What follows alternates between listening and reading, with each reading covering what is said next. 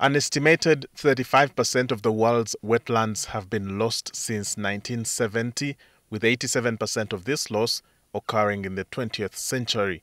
The rate of decline continues to accelerate. In Uganda, wetlands have shrunk from approximately 30,000 square kilometers to 22,500 square kilometers in just 2 decades, a 25% loss.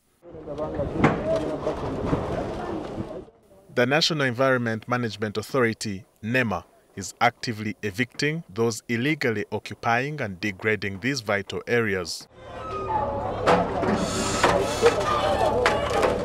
Ugandan law mandates that anyone found degrading a wetland must restore it, yet compliance remains minimal.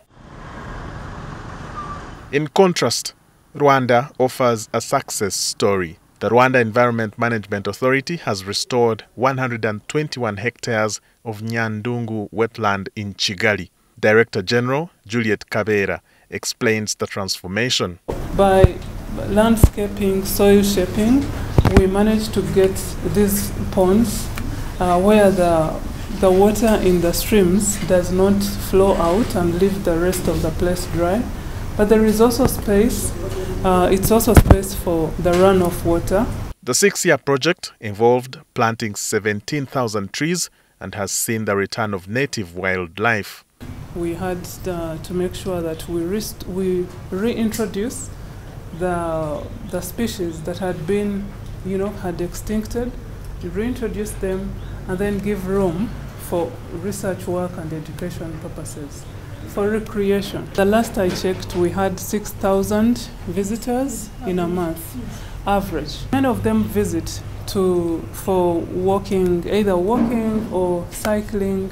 We've not introduced anything other than a bird clinic that we have, where we've chosen to put like birds, cranes, crested cranes that have been injured. Give them space to grow, get back to their, into their normal state, and then take them back to the national park or release them in here. The project has also generated 4,000 green jobs and cost 4.5 billion Rwandan francs, approximately 12.7 billion Ugandan shillings. People like me are requested to contribute to conservation efforts by paying 1,500 francs a day. You pay that and no one is going to ask you to get out after an hour or something.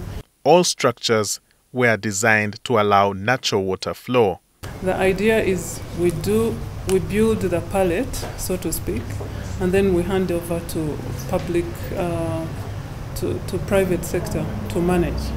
So when we come in, it's basically to de-risk the project, their business, and then they see value, they see profit in coming to manage an ecosystem such as this, but with conditions. Because now it gives us space as the regulator to step backwards and then regulate. You have to be consistent. If you're saying wetlands are not used for construction, Juliet shouldn't come because she's a friend to peace, and you say yes. If you're found changing the nature of the wetland, the penalty is 5 million Rwanda francs, and then you're asked to remove everything that you have put on that land, in that wetland, in order to have it back the way it was. This successful restoration could serve as a benchmark for Uganda's efforts to reclaim and protect its wetlands.